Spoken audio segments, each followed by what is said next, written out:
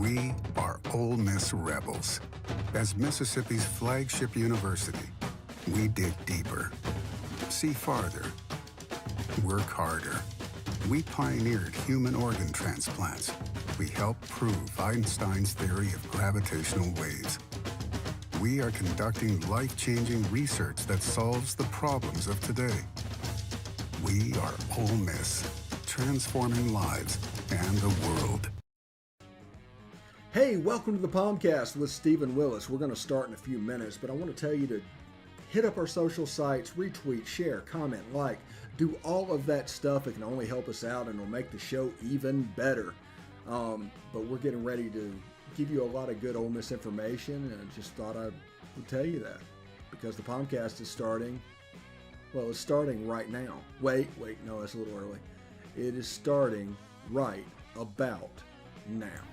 Hey, welcome to the show. It is, it's Wednesday. We've made it to Wednesday right here on the POMcast. I'm Stephen Willis, your host. Thank you very much for joining us. Before we get started, I do want to tell you about Travel and Cruise World. That is Travel and Cruise World, 1-800-330-7461. The point is, we're like 20 months into this at this point, so everybody needs a vacation. Everybody needs to get out. And Central Florida is extremely popular for vacations, as you can imagine. These guys can provide a resource. They can get you the same prices you can online, and they can provide boots on the ground in Central Florida. They can let you know if a mask is required at Disney World or Universal or at the beach or whatever business you want to go to. They'll be able to have those answers. So that's Travel and Cruise World, 1-800-330-7461, travelandcruiseworld.com. See Central Florida like a local. Also down below, you can see our major podcast. Search Positively Ole Miss. Leave a 5-star review. You can say whatever you want to. Just leave a 5-star review, and that will help us out with the algorithm with people looking for our shows. As you can tell right now, there's kind of a lot of influx starting to happen. The next 2 months, honestly, are just going to be a shit show. So just be prepared for that. I'm going to be out some. We're going to change the schedule. But after New Year, we're going to grow exponentially. There's a reason for what we're doing. And basically, it is starting with the formation of a new network. Now, it isn't an exclusive network, but it's going to be a group of podcasts that go together and exchange information back and forth with the SEC After Dark guys at the top of the pyramid. That's kind of what we're looking at. But we're going to try and fill in all the states, and all the schools are going to have representation on our network. We'll let you know the name shortly. And let you know how we're going to do this. But you can see us kind of pairing up and people carrying our shows through echoing. We're like already at like 17 or 18 signed up for it with the SEC After Dark tonight. And it's going to only grow up. If you're interested in doing that, let me know. Shoot me a DM. And I will send you the link so you can pair it with your social media, because it's on Twitter, it's on Facebook, Twitch, YouTube, Daily Motion. I mean, all of this stuff, you can pair it onto your platform. So that's pretty cool. So we have an idea, by the way. The reason we're doing this is because in January, we're going to make it to where everybody can sell on every show. Whether you're on this show or not, if you are in Georgia and want to sell to the POMcast, you can absolutely sell to the POMcast. Just I get a share, you get a share, and we call it a day. You can sell it for whatever you want to. So it's going to be an ad sales benefit to the people that join this network. How you doing, DGD Network? DGD Podcast. Sorry, got network on the brain. So there's that. Okay. If you want to watch the show, you can catch us on Twitter at @TheStephenWillis or at Ole Positively. You can catch us on Facebook at facebook.com/POMcast, POMcast. It's right there. Well, there. Yeah, pointed the wrong way.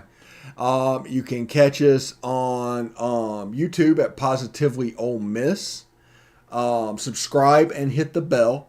You'll not only know that we're streaming, you'll know what we're streaming about. And no matter how you want to watch the show, what's on, subscribe to the YouTube channel, because their notification system is the best. It's not even close. You'll absolutely know what's going on. So subscribe and hit the bell whether you're watching on YouTube or not. And also, we're on Positively Ole Miss on Twitch, all lowercase, all one word. So, I was sitting here thinking back and forth, like with A&M coming to town and what needs to happen. And I keep going back to two keys that I think we're going to see quite a bit of. And, there might be different ways that you attack, and they may have seen things with the film versus Mississippi State. They might have seen things on Alabama. They might have figured out little things that they can exploit. But from what I can see, the thing that everybody needs to know is Texas A&M has the best defensive line in the SEC that we will see. They're not Georgia. Georgia's number one, but we don't play Georgia. This is the best defensive line that we will see. So it is going to be important to get them tired. Now, what does that mean? That means staying on the field offensively. So you need to figure out a way to get first downs. But it also means lots of jet sweeps, lots of outside zones, lots of tempo, going faster than you've gone all year.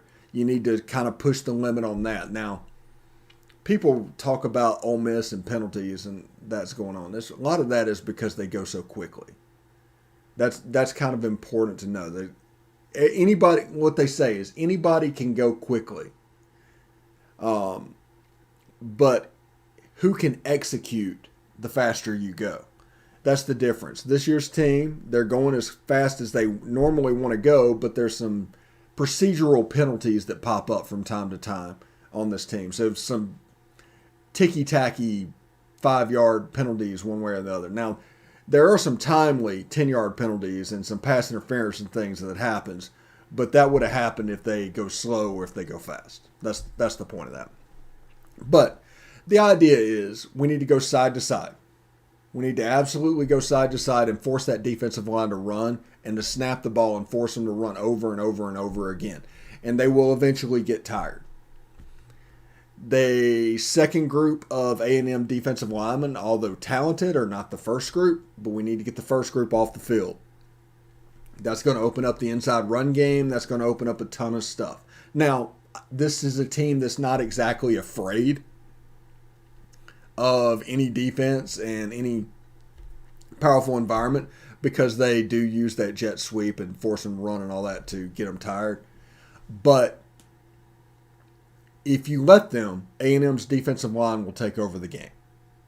That will absolutely happen. They will absolutely take over the game. And you need to figure out a way to neutralize them. And that's what I think coming back to it on key one. Outside zone, jet sweep, and tempo to get them as tired as possible to where all of a sudden you can do some stuff inside. You can do some stuff outside. Make them run side to side. Run as many plays as possible. It is important to stay on schedule this week against A&M. And second, you need to stop A&M's running game enough to force them into third down, to where you can tee off. Ole Miss leads the nation in sacks. They get after the quarterback and do a really good job of it. They sacked Malik Willis like 9 times last week. And Ole Miss has had struggles going against a team that had a dual threat running quarterback. You saw with KJ Jefferson. You saw with Bo Nix. You saw, he didn't really do it, but Bryce Young. Those guys forces Ole Miss to play kind of with a spy, which affects their running game a little bit because there's somebody that's paying attention to the quarterback more than the running back. There's no spy in this game. Zach Calzada, who's actually from Georgia, by the way, DGD podcast. I didn't know if you knew that. You probably did, but whatever. Is more of a statuesque pocket passer. He wants to stand back there, scan the field, go through his reads, and deliver the ball. So, need to get him off his spot. To do that, we need to stop the run on first and second down, because if it's 2nd and 6, 3rd and 2, 1st and 10, you're never going to beat A&M, because that's what they want. A&M runs for 200 yards a game, throws for 191. Arkansas did a fine job against this defense. That's the first time they've seen one of these drop 8s was against Arkansas. A&M's offense really struggled. They will be a little bit better this week because the second time they have seen it. So, and also Calzada is a little bit more comfortable, a little bit more confident. It is what it is. But we're talking about a really cool thing. Like, everybody get up and watch game day. Everybody have fun. I'm interested to see who the guest picker is and all of this stuff. But it's going to be a fun week of football. Now, I started with football, but Ole Miss debuted last night against UNO, the Privateers, in basketball. I think Ole Miss won 82-61. Now, you look at this game, Ole Miss had 5 players in double figures. They didn't overly rebound well for as big as they were. That was a little bit concerned, but it's the first game of the year. I'm not overly worried about that. Friday night, they play Charleston Southern. There was one player that scored 21 points for UNO, so other than that, they scored 41. But this team looked athletic. Really athletic, actually. Just fast. And I don't know what exactly caused that. Maybe it's the transfers. Maybe it's the Deshaun Ruffin, who is going to be the starting point guard by the time SEC play hits. You can just automatically see the first game. He's going to be the starting point guard. Jarkel's going to go out to the 2, and then Ole Miss will have some options with how they want to play with Jamin Brakefield and Nasir Brooks and Matthew Morrell and those guys. All those guys picking up because it's a deep team. Now, we don't know how good of a team this is. But last night you can see that they were a deep team. There was a whole bunch of guys 1 through 10 that really look kind of the same level. So I'm interested to see what development looks like. Brakefield kind of picked up his game in the second half last night. He probably had some nerves at the beginning of the game, but was able to become a little bit of a force. I think he's going to end up playing the 4. I saw a couple of spin moves, so he's going to have to D up pretty well with what he's doing. But if you do that with Nasir Brooks and lock down the low post, all of a sudden you have 3 swing guys that can play guard to fly around Matthew Morrell, Ty Fagan, and all those guys, along with Luis Rodriguez, who had 3 steals last night. So 5 players in double figures. Luis Rodriguez had 9. So it was interesting to go, and I do expect Deshaun Ruffin to be the starting point guard by the time SEC play hits. Real quick, let's do a little UNO post game, about 3 minutes, and you can hear from Kermit and all of that stuff, and we'll come back and talk about that a little bit. Left-handed shot over a 7-footer. That is a high percentage look for Nasir Brooks. It's taken away by Crowley. 2-on-1, the lob, and the finish for Jarkel Joyner. St. Hilaire pulls up, feeling it. That's 2 trips in a row. Good defense. Shot clock at 1 and a banked-in 3 for Sackey. This ball knocked away. Matthew Morrell out in front of the pack, jams it home. And Ole Miss ties it at 17. Crowley. Brakefield with Joyner trailing. Jarkel Joyner on the receiving end. Mark Schlesinger wanted a foul. Other way, tipped around, won't fall. Ole Miss gets another chance. That's rejected.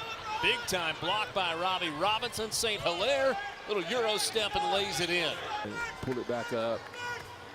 You want to throw passes like that to him. Rodriguez with the run through still. Highlight real time for Luis Rodriguez. Come from good basketball programs. Brakefield with the 3 from the corner. Jamin Brakefield gets the bucket. Sammy Hunter. Count the basket and 1. A little baseline jumper from about 10 feet for Sammy Hunter. 21 points on 9 of 15 shooting for Derek St. Hilaire. He's got 3 threes as well. Brooks now at double figures after the dunk. And a steal, a little bit of a loose pass there from Ruffin, and Downey gets the dunk on the other end. Luis Rodriguez, how about that baseline runner? Good feed and a strong finish. Partner on the far side. And then a turnover by Ole Miss as Ruffin lost the handle. St. Hilaire dumps it off. And a strong finish there. Saki with 5 to shoot. Gives it away, gets it back, lets it fly, and he got it. Long 2 for Saki. For John Stroud, I'm Richard Cross. So long for Oxford. Final score, 82-61. Ole Miss over UNO. This has been a presentation of ESPN, the worldwide leader in sports. I found some positive things in the game tonight. Thought New Orleans fought it hard, physical team. Team that a lot of people picked to win the Southland. I thought in the first half we got over 40. I didn't think our ball movement was great. Made some good individual plays. So in the second half, the ball moved better. Almost 6 guys in double figures. Tonight, everybody got a chance to play in the game. What's been a positive of our team since we've gotten together in June is assist to turnovers. Hope that stays the same because it's been that way the 3 times that we have played. We've got to improve rebounding the ball, not offensive rebounding the ball like we need to, but to shoot over 52, 43, or I guess we got 40, what did we get, 30, where did we go from 3, man? I can't see it. 41%, yeah, 41% from 3 is a good number for us.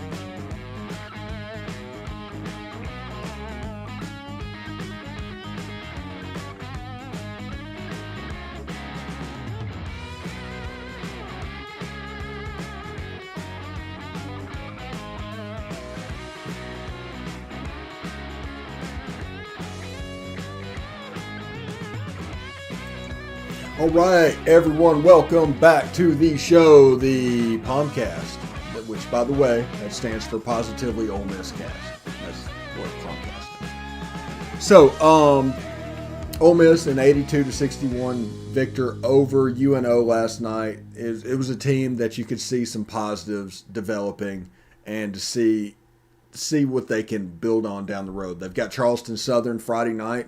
I expect that they will do a similar type performance as they did, and they'll win that game. And then they go off and I think they play Marquette and West Virginia and that next week. So it is what it is. I just did that to mess with my wife, who says I said that too much on the show the other day. So thank you very much for tuning in. I'm going to give you a few minutes back today, but we're going to go back to talking football. Because that's what we do. We want 80% of our shows to be about football, because that is what the most people care about and want to hear about. And it's amazing whenever you look at things, you start talking about basketball and the followers just start disappearing when you start talking basketball and baseball at Ole Miss. Now, there are people that care about that. There's not as many people that care about that. So, like Becky, this is for Becky. It is what it is. So, Ole Miss versus Texas A&M. I believe it's at 7 o'clock, maybe 7 or 8 o'clock. What time's the game? I wonder. Anybody in the chat have that real quick? And let's see. We'll get this up. This is going to be fantastic. Pod, but we'll get it up and get it done. And 7 o'clock Eastern, so 6 o'clock Central, on ESPN. One of my favorite things going on, because what this weekend is more than anything is an example that the last 5 years just didn't matter, because The media, you probably saw a tweet of it, but let's just talk about this and work through this for the next 10 minutes or so. The media, the NCAA, and a rival school conspired to cripple Ole Miss to the point where SMU level violations where Ole Miss would not come back. They just couldn't handle, and they decided to take down Ole Miss at all costs, write a book about it, do whatever they need to do, even though whenever you actually read through the infractions, everybody's like, what? It was like, what? And the only person that you can prove that actually did the pay for play that got Ole Miss in a bunch of trouble is the school that was writing the book about Ole Miss. So that is the baseline for what I'm about to talk about. All of that going on over 5 years. You had the media piling on to Ole Miss talking about how it was a runaway train and that it needs to be dealt with. And you had books being written about Ole Miss and this horrible scandal that was going on that actually just amounted to a player sleeping on a couch in a loaner car. But it was one of those things where the early take had to be the final take. You had to defend that at all costs. So in 2016, before it all came out, they said that Ole Miss was SMU. And then whenever you looked at it, and it was like, well, Ole Miss isn't SMU. That's not even close. Ole Miss might not even get a bowl ban. And then they started going over and over and piling on. And then Tom Mars was hired to get players off of Ole Miss's roster. And the program kind of cratered in 2017 and 2018. I think in 2018, 2 players from Mississippi was signed. Think about that. 2 players. That was Tylen Knight and Quentin Bivens. They were signed in 2018. That was the impetus for the Mississippi-made class. People want to bitch about that class, go ahead. Yeah, I mean, that's your prerogative. Everybody has the right to be wrong. But in 2019, the Mississippi-made class was basically about trying to round up as many players as possible. It was a response to the year before when they signed 2. It wasn't about trying to get Nakobe Dean, who was in that class. We'd have loved to get Nakobe Dean, but everything was on the higher level players. They were going to struggle to come to Ole Miss because the national media and everybody was telling them that Ole Miss is going to get the death penalty. I mean, that's what they were telling them. But Ole Miss was able to get some solid classes, including a 5-star. Jerry and Ely was a 5-star from the 2019 class. They were able to reel him in. John Rice Plumlee. The offensive line was built up from that class. There's so many players from that 2019 class playing valuable minutes right now. The Mississippi-made class, if anybody makes fun of it, it is because they don't know better. Okay, so all of that is said to say this. Saturday is the proof that none of that mattered. You made Ole Miss go 4-8 one year. That was your goal. I mean, that's the worst you did. Those 4-8 teams weren't going to a bowl anyway. So it doesn't matter. But now that game day's back in town, your main goal of destroying Ole Miss football did not work, even a little bit. If you look down here, right there, it just did not work. And the hilarious thing, I bring all of that up to bring this up.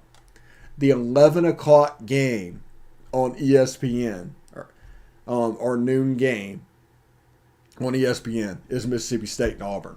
So State fans have to tune in and see the mascot selections and everything going on in the Grove and just sit there and stew over and over about how much it backfired and didn't work. You see, the key to understanding a fan is that they honestly believe how they feel right now about their team and how their team is right now will stretch on for eternity. So if you have a bad team, it's going to be a bad team forever. If you have a good team, it's going to be a good team forever. There are people right now that anytime Alabama loses a game, loses their mind. because they assume that all Alabama is going to win every game. Now, it's a condition that is absolutely weird, but the main thing to understanding college sports is understanding that. If you take that from the starting point, you can work backwards. If you understand that change comes and that doesn't happen, you can realize that Ole Miss can hire somebody like Lane Kiffin and everything can change pretty much overnight, especially now with the transfer rule and you can sign 32 players. It's all there to build and build quickly. And they were able to do that. They were 4-5 last year, went to the Outback Bowl and beat Indiana. Walked into this season with all kind of momentum. They've been ranked since the first win. They beat Louisville. They got ranked. They've been as high as top 10 in the nation. They beat A&M. They'll probably be top 10 in the playoff rankings. It is what it is. I mean, there's no real beating around the bush. This is a good team. This is a backfield of Henry Parrish and Snoop Connor and Jerry and Ely. That is special. Matt Corral is the best player in college football when he's healthy. He's the best player in the SEC at about 85%, 80%. Hendon Hooker, though, should be, I'll say this, Hendon Hooker probably should be the offensive player of the year right now, just because he's playing off the charts. But Matt Corral is special. This week, I expect Matt Corral to run. I expect this to be the closer to Tennessee version of Matt Corral as opposed to the Liberty version. So it is what it is. They threw the ball quite well against Liberty. Dennis Jackson had a fantastic day. John Rice Plumlee had a fantastic day. Braylon Sanders had a couple of nice catches, so he could come back. The weakness of the Texas A&M defense has been their secondary.